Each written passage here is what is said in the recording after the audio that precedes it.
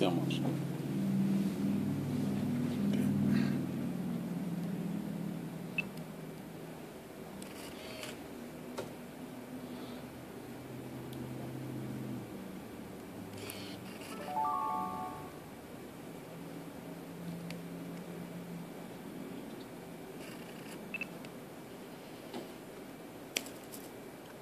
En même temps. Oui. Attends.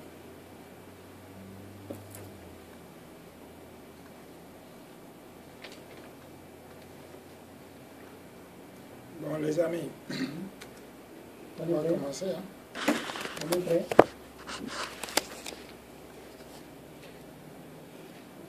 On est prêt? Yeah.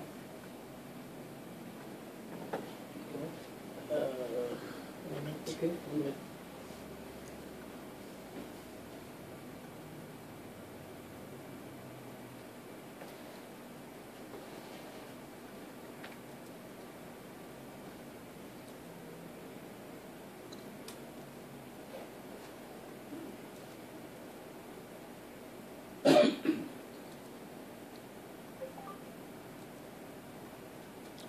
C'est bon?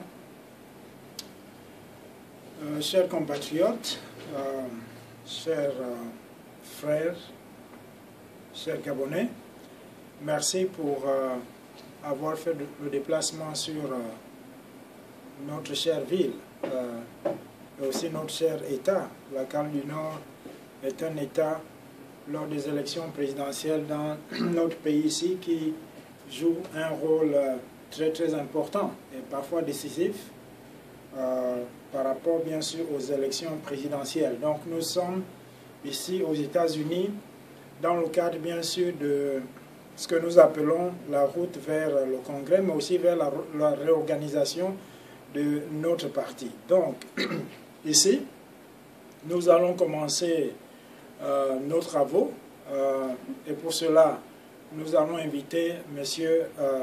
Alan Ambamani qui va certainement vous accueillir officiellement dans le cadre bien sûr de l'Union du peuple gabonais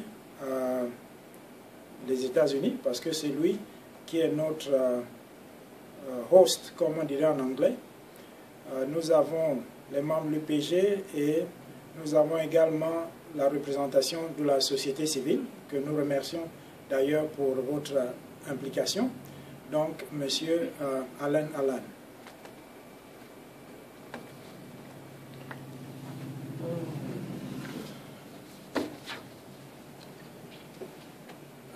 Je ne serai pas très long. On a compris comme habitude de beaucoup parler et beaucoup écrire. Nos discours sont tellement longs. Chers camarades de la Fédération UPG-USC, camarades du parti venus d'Afrique, d'Europe et du Canada, camarades pour la rupture avec le système intégré du Gabon, distingués invités, mesdames, messieurs, les membres de la société civile, chers amis du Gabon et du peuple gabonais. C'est pour moi un grand honneur et un réel plaisir de vous accueillir dans cette ville de Raleigh, capitale de la Caroline du Nord.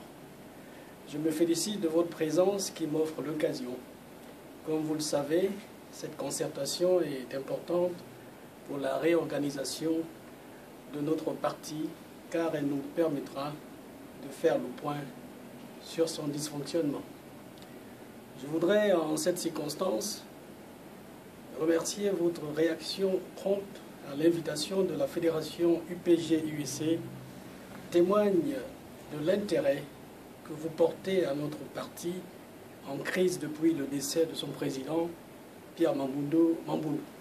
Aussi, au nom de cette fédération, et en ma qualité de secrétaire général, porte-parole de celle-ci, je vous souhaite à tous et à toutes la bienvenue dans le pays de l'oncle Sam, terre de liberté et de démocratie.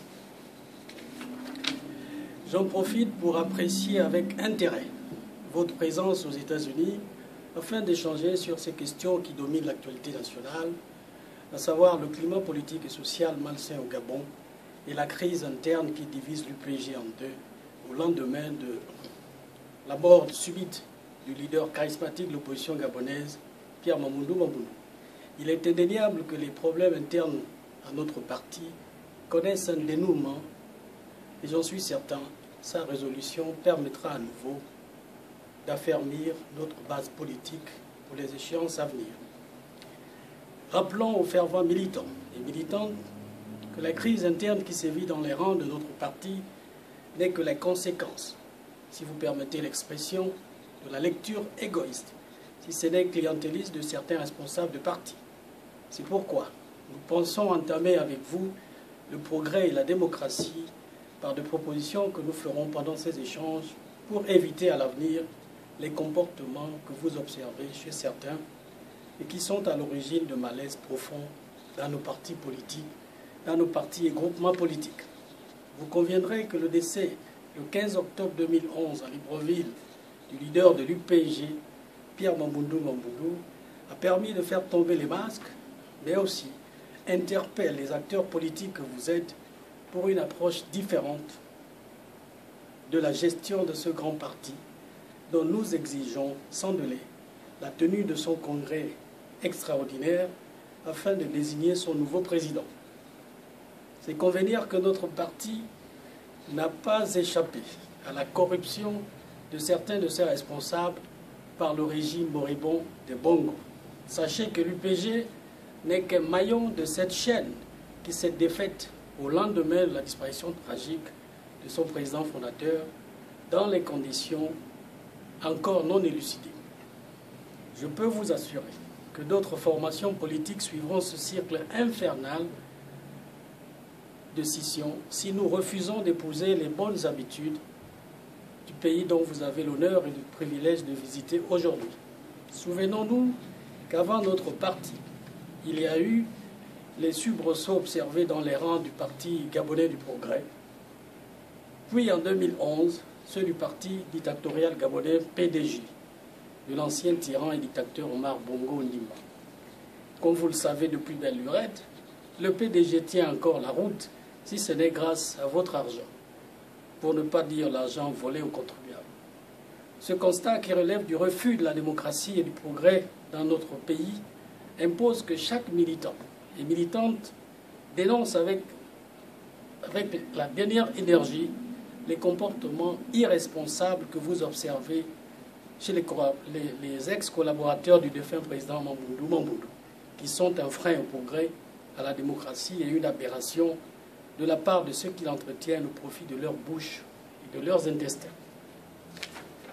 Comme vous les voyez, ces infidèles du parti, pour la plupart de connivence avec le régime criminel intégré du Gabon, ont attendu la mort du président pour nuire à la bonne marche de l'UPG, le fruit d'un travail combien laborieux de Pierre Mamboundou.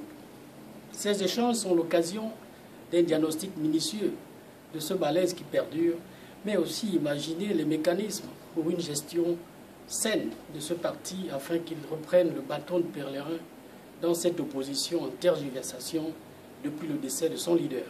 J'insiste qu'il n'est de l'intérêt d'aucun militant d'entretenir le désordre dans les rangs de ce grand parti de masse, si l'on veut respecter la mémoire de ce grand homme d'État et président fondateur de l'Union du peuple gabonais.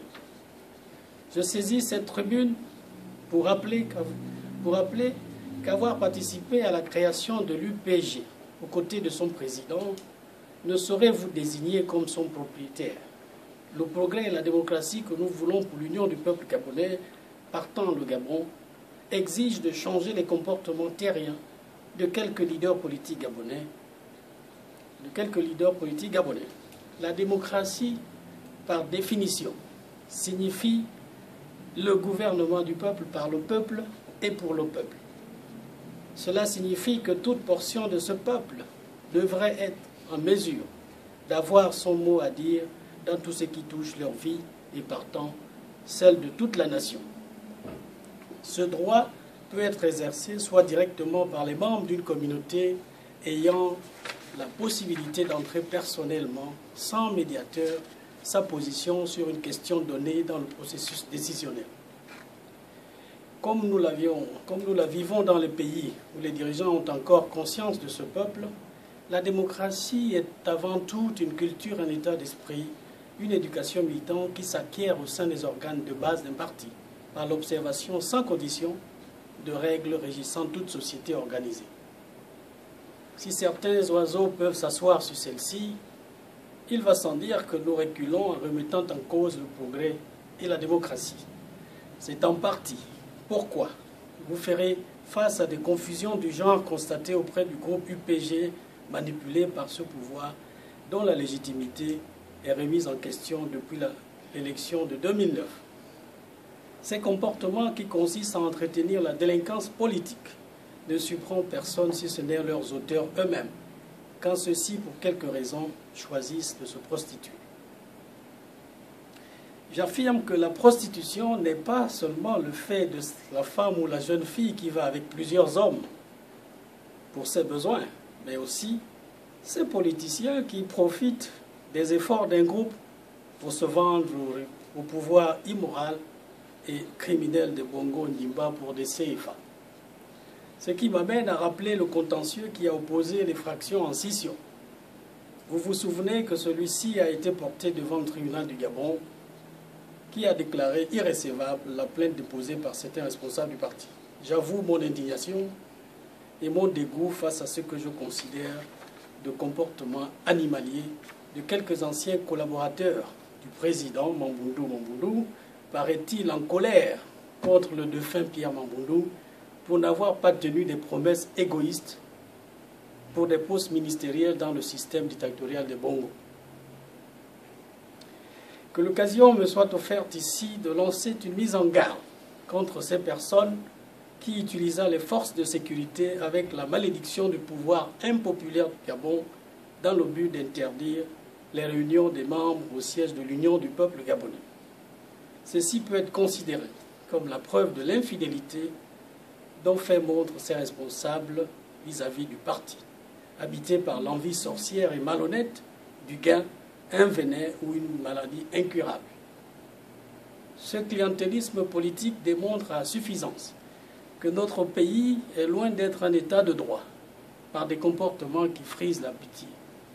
Ce serait utopique de penser cela, d'où la confusion que vous observez dans les rangs d'une opposition constituée en partie de mange-mille, croyant affronter un pouvoir et des institutions légales ou démocratiques, qu'elle s'éloigne de la nature même de ce combat contre le régime moribond de Bongo Ndimba, qui ne saurait dépendre seulement de la reconnaissance des droits politiques ou sociaux, mais aussi de la réalisation des conditions économiques susceptibles d'en permettre son plein exercice, que cette opposition croque-mitaine oriente la lutte politique comme le veut exactement le système Bongo.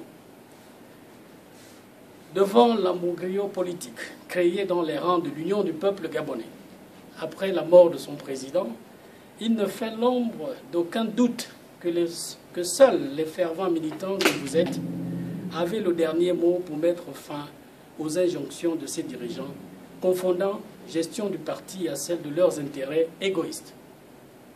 Face à ces conflits de leadership qui divisent le parti, j'aurais envie de poser la question de savoir pourquoi avoir attendu la disparition du président Pierre Mamboundou pour s'aimer le désordre.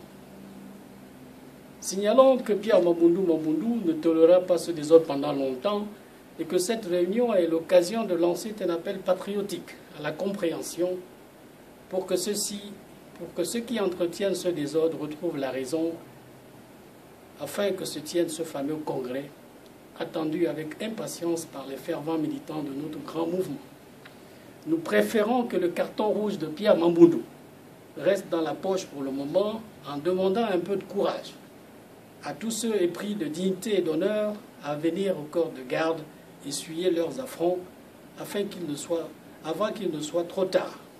Il n'est pas question de créer un UPG parallèle à ce que nous a légué son président fondateur, Pierre Mamboundou. Poursuivant mon allocution, permettez de faire un tour d'horizon sur la situation d'instabilité politique et sociale dans notre pays, au lendemain de l'élection frauduleuse qui a porté Ali Bongo Ndimba à la présidence du Gabon. Nous constatons avec amertume que ce dernier rejette toute possibilité de conférence nationale pour sortir le Gabon de la léthargie dans laquelle il se trouve depuis toujours. C'est le moment de dénoncer toute idée de concertation entre le pouvoir et la classe politique de l'opposition mange-mie, qui n'est autre qu'une manipulation de la part de ceux qui veulent préserver leurs acquis. Les expériences d'antan devraient servir de leçon pour éviter que certains leaders gourmands parlent au nom du peuple gabonais qui a assez souffert des manipulations de ses responsables politiques gabonais. Ne dit-on pas que lorsqu'une maison brûle, il appartient au premier chef d'éteindre le feu en privilégiant le dialogue national? Vous comprenez pourquoi nous disons que notre pays est face à un système dictatorial qui ne nous laisse aucun choix, si ce n'est de le combattre avec les armes de guerre. Vous conviendrez donc des prises de pouvoir violentes en Afrique. Dans cette perspective, je soutiens au passage les propos de l'un de mes camarades lorsque ce dernier déclara il y a quelques mois que l'opposition n'a pas besoin d'un leader, mais plutôt d'un chef de guerre pour libérer le Gabon des mailles de ces infidèles qui trahissent la nation. Nous insistons que la peur devrait changer de camp. Il n'est plus question de parler d'intimidation ou de tentative d'arrestation ou d'assassinat d'opposants comme ce fut le cas depuis toujours. Depuis son élection controversée, Ali Bongo Ondimba, alias Ojukwu, n'a rien à proposer à ce peuple meurtri par de longues années de tyrannie et de dictature, si ce n'est de se pavaner dans les avions payés par l'État gabonais. Parlant des prévisions de croissance, en 2012, Ali Bongo et son gouvernement émergent prévoyaient de consacrer près de 800 milliards de francs CFA pour l'investissement. Mais nous constatons avec regret que des chantiers connaissent des retards d'exécution, ces promesses vaines de construire plus de 5 000 logements par an à Libreville, une ville de plus de 600 000 habitants, où règnent des bidonvilles sans eau ni électricité, des fantasmes pour ne pas dire un rêve que ce dernier ne peut réaliser pour cause l'amnésie transmise par son père adoptif Omar Bongo Ondimba. C'est le moment d'indiquer qu'on ne gère pas un pays sous l'effet d'annonces en Conseil de ministres. En 3 ans de pouvoir, ce dernier a pillé dans les caisses du Trésor public autant que son père adoptif en a détourné en 10 ans de pouvoir. Un bilan effrayant qu'Ali Bongo Ondimba et sa bande de fossoyeurs ne seront échappés le moment venu, car nous n'avons aucune intention de laisser ces bandits de grand chemin fuir avec les biens de l'État. Vous conviendrez que si nous étions dans un État de droit, comme aux États-Unis, comme c'est le cas aux États-Unis d'Amérique et ailleurs, ces criminels seraient sans aucun doute en prison. Signalons qu'il n'y a aucune loi qui protège les voleurs ou les criminels. La loi est pour tous les citoyens. Dans quel pays avez-vous vu qu'on respecte des voleurs qui commettent des crimes, soient-ils de sang ou économiques? Pendant que le peuple gabonais vit dans la misère voulue et entretenue par ce pouvoir, le rapport de Transparency International faisant état indique que les 3/4 des Gabonais vivent en effet avec moins de 2% par jour, moins de $2 par jour, avec une population d'environ 1 200 000 habitants, vivant à plus de 75% dans des bidonvilles, dans une insécurité chronique où les crimes en tout genre sont commis. Au Gabon, paraît-il, les élites francs-maçons, pour leur pouvoir, aiment à diligenter les crimes rituels pour se maintenir au pouvoir, par des enlèvements au quotidien avec des corps décapités de leurs organes, jonchant les rues de la capitale. S'ajoute à ce bilan irréversible les agences rattachées au bord de mer pour mieux voler. Les budgets alloués au ministère gérés directement par ces agences, montés de toutes pièces par la seule volonté d'Ali Bongo et sa bande d'étrangers, sont passés sous silence par des Gabonais corrompus, acceptant la domination de cet individu venu au Gabon dans les conditions qui n'échappent à personne, si ce n'est qu'à la famille Bongo et leurs alcooliques. Au point de se poser la question de savoir que se passe-t-il réellement dans la conscience collective des Gabonais? Sont-ils toujours endormis par la sorcellerie du vaudou, de la franc-maçonnerie et autres sectes du pouvoir gabonais? J'en passe, la dette du Gabon, selon un rapport de la CIA, Facebook, avoisinait déjà les 2,365 milliards en 2011, a atteint son paroxysme, de facto devenu un cas de conscience pour la jeune élite politique gabonaise. Comment peut-on dormir en paix pendant qu'on a une famille au pouvoir depuis plus de 4 décennies, manipulant, divisant, corrompant, tuant, arrêtant, empoisonnant des opposants ou de paisibles citoyens qui s'opposent aux injustices de ce régime sanguinaire sans qu'il n'y ait une réaction? L'unité nationale, cheval de bataille d'Omar Bongo Ondimba pendant ces années de tyrannie, une simple illusion. Jamais réalisée, vous constatez les revirements identitaires constants, de discours démagogues, manipulateurs, pour mieux asservir le peuple gabonais. Des conditions de vie qui frisent la maladie avec nos concitoyens qui mangent dans la poubelle de Mindoubé à Libreville. En souvenir, le dernier documentaire tourné par la chaîne de télévision américaine ABC et récemment le reportage de la journaliste française au Gabon démontrent sans démenti la mauvaise foi et l'immoralité de ces dirigeants du pouvoir gabonais. L'absence de structures médicales et autres infrastructures routières permettant de circuler librement et autres limites pendant que ces assassins profitent de l'argent du pétrole pour se faire soigner à l'étranger, laissant du coup les Gabonais mourir par faute de moyens de s'acheter les médicaments pour sauver les vies de ceux-ci. S'ensuit les maladies sexuellement transmissibles comme le VIH-Sida, devenues monnaie courante chez ces assassins du pouvoir militarisé de Bongo, sans état d'âme.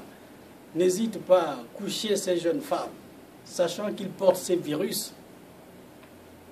Plus de 500 000 morts par an, dont l'absence d'une politique de santé pouvant prendre en compte ces jeunes, pose une véritable menace pour l'avenir de cette jeunesse malheureusement sacrée aux yeux de l'ex-tyran, père du nouveau dictateur Ali Bongo Ondimba. Un bilan inquiétant qui interpelle les consciences pour rendre cette crise politique visible sur le terrain. Si nous voulons répondre aux exigences posées par certains par rapport à l'implication de la communauté internationale face au cas du Gabon. Mais cela ne sera possible que si chacun à son échelle se sente impliqué dans ce processus de changement dans notre pays, le Gabon. Ce qui imposerait que les syndicats et autres organisations sociales s'accordent sur les actions porteurs à mener sur le terrain pour atteindre ces objectifs. C'est l'occasion d'une mise en garde d'Ali Bongo Ondimba et son groupe, comme pour dire qu'Omar Bongo n'a pas connu d'opposition structurée, que celle en formation à l'extérieur le sera bientôt, afin d'en découdre avec les pratiques de ce système criminel. Camarades, militants, distingués invités, mesdames, messieurs les membres de la société civile, chers amis du Gabon et du peuple gabonais, nous sommes persuadés que les changements attendus au Gabon arriveront par tous les moyens, car notre pays ne peut rester en marge de ce qui se traduit à travers les 4 coins du monde. C'est peut-être un problème de timing, comme disent les Américains, mais dans tous les cas, nous avons foi en Dieu, de Tout-Puissant, si ce n'est Allah, d'Ali Bongo Ondimba, pour qu'il déverse sa bénédiction sur ce Gabon, maudit par ses dirigeants, pour que celui-ci connaisse la paix sans laquelle aucun peuple ne saurait aspirer au bien-être social et à son développement. En conclusion, je voudrais dénoncer avec vigueur les manipulations orchestrées par le pouvoir central de bord de mer à Libreville, lorsque celui-ci nous présente comme une opposition violente, parce qu'elle simplement réaliste devant la dictature la plus longue de l'histoire de l'humanité. Précisons pour ceux qui ne le savent pas encore, que certains parmi nous ont évolué au Gabon, avant de s'exiler aux États-Unis et ailleurs par la faute de ce système PDG, dans l'incapacité et l'incompétence notoire de gérer un pays d'environ 1 million d'âmes. Vous n'êtes pas étonné d'entendre souvent de la bouche de certains que ces Gabonais qui vivent aux États-Unis et ailleurs sont coupés des réalités de notre pays. Ce qui est une simple aberration et une autre distraction face aux conditions misérables de vie imposées aux Gabonais par ce système. Pour ce qui me concerne, je vous informe de mes activités professionnelles dans mon pays, le Gabon, pendant de longues années avant d'avoir été forcé à l'exil pour cause de mauvaise gestion par ce pouvoir. N'est-ce pas devenu monnaie courante au Gabon de dire à leurs enfants de ne pas rentrer au pays parce que, soi-disant, la misère, car ces familles n'arrivent plus à se procurer de quoi manger sur la table, pendant que ces dirigeants se remplissent les poches avec l'argent du pétrole au profit des conditions meilleures de vie de nos compatriotes.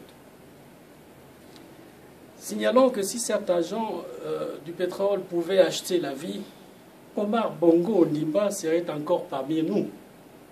Mais fouillant son pays, ce dernier a fini par trouver la mort comme un chien en Espagne. Par faute de structure médicale adéquate dans son propre pays. Comme quoi, la sentence du péché est bien la mort. Sans le peuple pacifique gabonais, le corps de ces derniers ne serait pas rentré au Gabon pour avoir soumis ce peuple à des humiliations de toutes sortes pendant ces années de tyrannie et de dictature sans partage. C'est dire que vous pouvez à beau être franc-maçon, grand bouddhiste, musulman et autres vaudous, le pardon ne vous sera pas accordé par le maître de l'univers, le Dieu tout-puissant et miséricordieux. Voilà grosso modo, chers compatriotes, camarades du parti, distingués invités, mesdames et messieurs, chers amis du Gabon et du peuple gabonais, ce que j'avais à vous transmettre comme message. En souhaitant plein succès dans ces échanges qui vont débuter d'un moment à l'autre, inspirons-nous des sages paroles de Carlos Fuentes. Nous ne sommes venus au monde que pour nous connaître. La terre ne nous est donnée que pour un temps. Vivons donc en paix, vivons ensemble. Vive l'union du peuple gabonais, pour que vive le Gabon. Je vous remercie.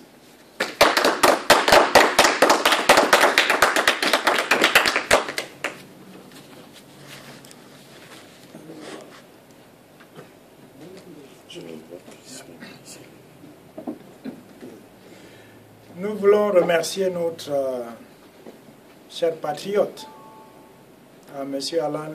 Alan Ambamani, pour son discours non seulement de bienvenue, mais également dans le cadre de l'Union du peuple gabonais États-Unis d'Amérique. Maintenant, nous allons demander au docteur Jean Douanis, qui non seulement représente l'Union du peuple gabonais d'Europe et d'Afrique, mais également il parlera au nom, bien sûr, de la représentation internationale, donc la diaspora. Dr. Douanis.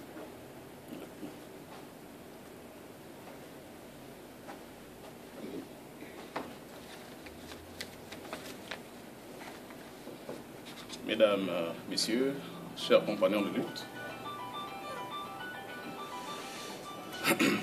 permettez-moi de vous adresser au nom des fédérations de l'Europe, d'Afrique, que j'ai l'honneur de représenter ici, mes salutations cordiales. Je le fais également au nom de la diaspora gabonaise qui est en Europe, qui pour la plupart, comme vous le savez tous, participe de façon efficiente à la lutte pour la libération de notre pays. Je salue particulièrement les délégations qui sont venues de loin, celles de notre pays, que nous aimons bien, celles du Canada, mais aussi celles des confins des États-Unis, parce que, comme vous le savez, les États-Unis, c'est un continent en lui-même. Donc, il y a des distances qui sont beaucoup plus importantes que lorsqu'on vient de l'extérieur. Je suis heureux de noter parmi nous la présence des membres de la société civile du Gabon. Sa présence démontre l'intérêt que son organisation porte sur l'édification d'une société démocratique et libre, où l'exercice des droits et devoirs de tout un chacun est garanti. Je salue et remercie l'UPG Amérique, dont l'intervention matérielle et financière, morale et politique, a rendu possible cette rencontre. Grâce à elle, cette rencontre revêt une importance à la dimension internationale, dont les retombées ne seront que bénéfiques pour l'UPG. j'ai une pensée particulière à l'endroit de nos compagnons de lutte qui, pour des raisons diverses, n'ont pu effectuer le déplacement de Raleigh, en Caroline du Nord, qui trouve ici l'expression de notre amitié et de notre solidarité. Madame, Messieurs et chers compagnons de lutte, les fédérations Europe et Afrique ont longuement réfléchi sur les questions et les problèmes consécutifs à l'assassinat de Pierre Mamboundou et conséquemment aux causes de la vacance à la tête du parti. De ces réflexions, nous avons tiré les leçons notamment de la nécessité d'initier des rencontres aussi bien à l'intérieur du parti, mais aussi avec des personnes et des institutions qui sont parties de notre cause. Ceci à l'extérieur du pays comme à l'intérieur du Gabon. Nous sommes convaincus que ces rencontres sont bénéfiques. En effet, elles permettent de concerter les visions, de planifier les actions de la base au sommet du parti, d'insuffler une dynamique de progrès porteuse d'espoir réel. Et dans tous les cas, ces rencontres permettent d'apporter des réponses pertinentes aux problèmes de notre parti. Madame, Messieurs, chers compagnons de lutte, nous n'avons pas de doute sur la vision de la base quant à son positionnement, qui se traduit par sa loyauté à l'esprit et à la mémoire de Pierre Mamboundou et de son combat. En revanche, l'UPG Europe, Afrique, est perplexe quant au positionnement actuel du sommet du parti. En effet, nous avons de sérieux doutes quant à la capacité de résistance du secrétaire exécutif Mbouba Nzingi, quant aux sollicitations et compromissions avec le régime des Bongo. Celui-ci a fait de son incapacité, de son incapacité manifeste à donner des réponses pertinentes au challenge qui s'est imposé à lui au lendemain de la disparition tragique de notre leader. Il nous a prouvé, en tout cas, qu'il n'a ni les moyens intellectuels, ni la dimension morale et humaine, ni les convictions politiques et idéologiques, et encore moins le courage et l'engagement qui doivent caractériser un responsable de cette nature. Son manque d'envergure l'a poussé à choisir le chemin de la facilité, celui de la compromission. Alors, mesdames et messieurs, devant tout cela, que faisons-nous? Que faisons-nous de notre engagement politique qui, pour certains, dure depuis la veille de la création de l'UPG? Que faisons-nous de tous ces sacrifices consentis? Que faisons-nous de la mémoire de nos militants opprimés et réduits au silence? Que faisons-nous de nos compatriotes exilés pour fuir un régime violent et répressif dont le seul tort a été de penser le Gabon autrement? Que faisons-nous de toutes ces carrières brisées, de ces enfants déracinés, de ces études interrompues, de cette jeunesse sacrifiée, de ces assassinats, de nos compagnons de lutte, de ces persécutions, des tortures physiques, psychologiques et morales, d'un régime qui a choisi la voie de la dictature? Que faisons-nous de l'espoir placé en nous par les Gabonaises et les Gabonais, parce qu'ils croient en la force de nos convictions, admirent notre courage et notre engagement au nom de l'UPG, dans le combat de la protection de la veuve et de l'orphelin, pour le droit de vivre mieux dans un pays aux potentialités énormes? Oui, mesdames et messieurs, que faisons-nous? Allons-nous laisser ceux qui ont assassiné Pierre Mamboundou tuer l'espoir et détruire l'espérance? Allons-nous plier devant la trahison et la forfaiture, en sombrant dans le défaitisme, la résignation et le statu quo de mauvaise foi? Allons-nous laisser vain les revendications de la base et des forces vives de notre parti et nous complaire dans l'indifférence? Pour l'UPG Europe-Afrique, tout comme pour ceux qui œuvrent pour une véritable alternance au Gabon, loin de s'inscrire dans une logique d'attentisme béat et de résignation, il est impératif de prendre des responsabilités en initiant des actions pour que le combat de Pierre Mamboundou et de tous ses compagnons morts ou vivants ne soit pas vain. C'est pourquoi l'UPG Amérique du Nord et Europe, Afrique, ont initié ces rencontres. Dans ce cadre, une rencontre est prévue en France. Elle aurait pu avoir lieu avant celle des États-Unis, mais nous n'étions pas prêts. D'ailleurs, tous ceux qui sont ici, nous vous invitons à y être pleinement impliqués dans l'organisation de la future rencontre de France. Nous pensons que la rencontre des USA, tout comme celle que l'on fera en France, doit être l'occasion pour ceux qui se réclament de la loyauté envers Pierre Mamboundou de répondre aux interrogations non exhaustives suivantes. 1. Quel avenir pour l'UPG dans un contexte de turbulence interne? 2. Comment ramener la sérénité au sein du parti devant l'obstination d'un secrétaire exécutif à maintenir coûte que coûte le statu quo du fait de sa collision avec le pouvoir? 3. Dans ces conditions, comment et quand organiser le premier congrès national du parti et avec quels moyens? 4. Devant le blocage constaté, comment mettre en œuvre un plan devant permettre aux loyalistes de poursuivre la lutte? Quelle place l'UPG entend désormais occuper dans l'échiquier politique national et quel rôle devra-t-il jouer pour accélérer l'alternance politique au Gabon? 6. Comment participer aux prochaines élections locales dans une atmosphère de déliquescence interne et dans les conditions de transparence sujettes à caution du fait d'une biométrie galvaudée? 7. Comment remobiliser la base de l'UPG totalement déconcertée? Tous ces questionnements devaient susciter une réflexion plus approfondie de la part de de ceux qui ont foi à l'UPG, à la justesse de son combat et qui veulent faire avancer le parti vers la prise effective du pouvoir. Je pense qu'un simple brainstorming, bien qu'étant un outil de résolution des problèmes, ne suffit pas pour mener une telle réflexion. D'autres outils sont nécessaires, notamment la réflexion stratégique, pour définir des stratégies possibles et une tactique pour parvenir à nos objectifs. À ce propos, une certaine discipline doit être observée dans la démarche préconisée en forme d'introspection. Voilà, mesdames et messieurs et chers compagnons de lutte, ici livrée la réflexion des fédérations euro-africaines par rapport à la situation qui prévaut au sein de l'UPG. Il est important pour l'UPG Europe et Afrique de faire prévaloir ces questions, en tout cas de les inscrire dans l'agenda des discussions. Mesdames et messieurs, je continue de croire à la force de nos convictions communes, de notre courage qui exale les termes de notre engagement face à l'omnipotence d'un pouvoir illégitime. Que Dieu bénisse le Gabon. Vive l'UPG.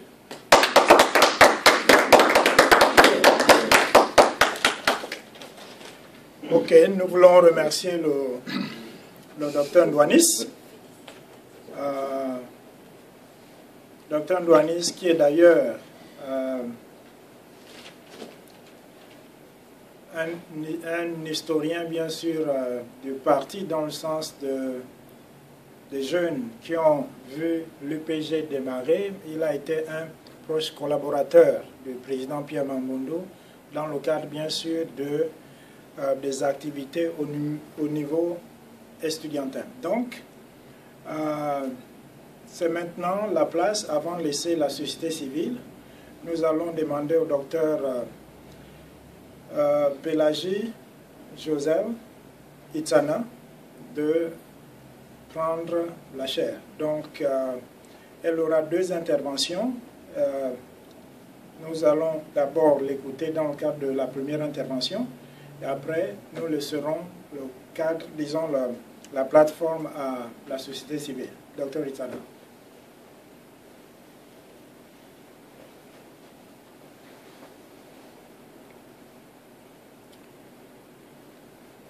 Monsieur le fédéral UPG USA, Monsieur le fédéral UPG Canada, Monsieur le fédéral UPG Europe, Monsieur le représentant de la société civile, Messieurs les représentants de la diaspora gabonaise aux USA et en Europe, militantes, militants et sympathisants de l'UPG, Mesdames et Messieurs, c'est avec une vive émotion que je prends la parole devant vous en ce jour mémorable qui marque un nouveau départ dans l'histoire politique de notre parti UPG.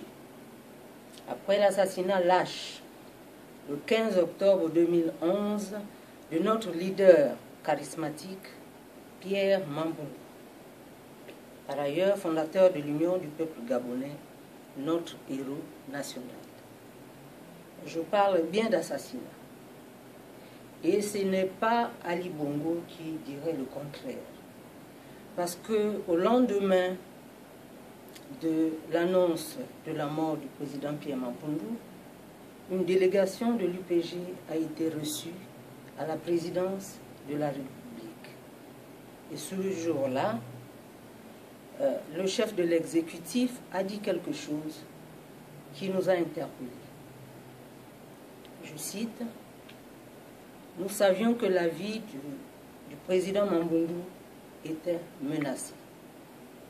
Et curieusement, rien n'a été fait pour protéger sa vie. C'est pour cela que nous estimons, pour notre part à l'UPG, que le président Pierre Mamboundou a été assassiné. Avant de continuer mon propos, je tiens à saluer cette initiative louable et remercier tous ceux qui, de près ou de loin, ont contribué à rendre cette rencontre possible. C'est ici l'occasion aux UPGistes de faire le point sur la situation interne au parti, d'une part, et d'autre part de faire l'autopsie des maux qui minent notre pays, afin de trouver les voies et moyens pour une sortie de crise et pourquoi pas explorer les pistes en vue d'une alternance politique. Permettez-moi, mesdames et messieurs, de vous faire la genèse de la création de notre parti. Le contexte de sa création au plan national, le monolithisme et la pensée unique, consacrés par la déclaration de Bitam de 1989. Au plan international, le bicentenaire de la Révolution française. L'UPG est créé le 14 juillet 1989 par le président Mamboundou et d'autres compatriotes qui se trouvaient en ce moment-là à Paris. Cette opposition au parti unique lui vaut son expulsion de France par une mesure d'urgence absolue à la demande du gouvernement gabonais, qui l'accuse d'atteinte à la sûreté de l'État. Tout ceci suivi de son exil à Dakar pendant 4 années. Il mandate alors quelques compatriotes, parmi lesquels M. Mbumba Ndiengi, alors secrétaire général du parti, a procédé aux démarches de la légalisation du parti. Comme si cela ne suffisait pas, Pierre Mamboundou est condamné par contumace à 10 années d'emprisonnement et déchu de ses droits civiques et politiques. Le 1er novembre 1993, las d'être loin de chez lui, il décide de rentrer dans son pays. Il entreprend alors un recours en opposition de sa condamnation par la Cour de sûreté de l'État. La suite, nous la connaissons. Mesdames et messieurs, chers compatriotes, 3 valeurs fondamentales régissent l'union du peuple gabonais. L'unité, la responsabilité et la dignité. Pourquoi l'unité? Parce que l'UPG entend œuvrer pour l'unité des citoyens libres, en alternative au parti unique qui embrigade l'homme. La responsabilité parce que l'UPG encourage la libre détermination des peuples, le rationnel devant primer par rapport à l'émotion. La dignité, parce que l'Afrique et le Gabon en particulier doit assumer son histoire et affirmer sa dignité. Sur l'échiquier national, l'UPG se positionne dans l'opposition radicale, en affirmant bien entendu son identité. En effet, ce positionnement est la résultante de l'ostracisme politique et l'isolement savamment entretenu par le parti unique qui, en 1990, reconnaît les partis politiques uniquement sur la base de leur participation à la conférence dite nationale, alors que l'UPG était assujetti à la récolte de 3000 signatures, etc. Chers compatriotes, homme hors du commun, Pierre Mamboundou s'est illustré par une hauteur d'esprit qui confirme son caractère républicain et démocrate.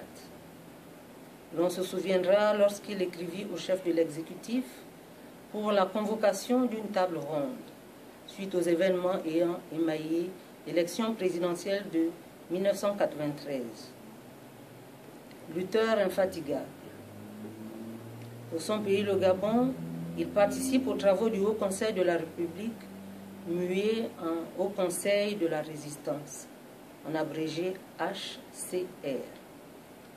Refuse de signer les accords dits de Paris et donne un mot d'ordre de boycott du référendum sur les accords de Paris. Son combat politique est marqué entre autres par sa lutte pour imposer la transparence électorale. Et surtout, par l'introduction de la biométrie dans le processus électoral. Conscient du phénomène des élections truquées, sous son impulsion, son parti, l'UPG, boycotte les élections législatives de 2001. L'on se souviendra de sa récusation mémorable, solidement argumentée, du président de la Cour constitutionnelle en 2005, après l'élection présidentielle dont il était pour la seconde fois vainqueur après celle de 1998. On se souviendra de son combat pour le respect du principe de la séparation des pouvoirs entre l'exécutif, le législatif et le judiciaire. De son combat pour la restauration de la Cour suprême. On se souviendra de son combat pour l'état de droit, pour la hiérarchie des normes juridiques, de son combat pour la décentralisation. Mesdames, Messieurs, chers compatriotes, la vie politique du président Pierre Mamboundou, pendant 22 ans, a été émaillée de tentatives d'assassinat, dont la plus mémorable fut celle du 21 mars 2006. En effet, dans la nuit du 20 au 21 mars 2006, le pouvoir PDG, par le truchement des militaires, projetait de faire assassiner le président Pierre Mamboundou à son siège, 6 à Wenji. Fort heureusement, le président est exfiltré par le concours d'une ambassade amie et conduit à l'ambassade de l'Afrique du Sud où il restera 1 mois. S'engagent alors les négociations à un niveau international. Négociations qui aboutiront sur le dégel du 19 avril 2006. Ce dégel offrait une alternative à la violence et à la guerre civile.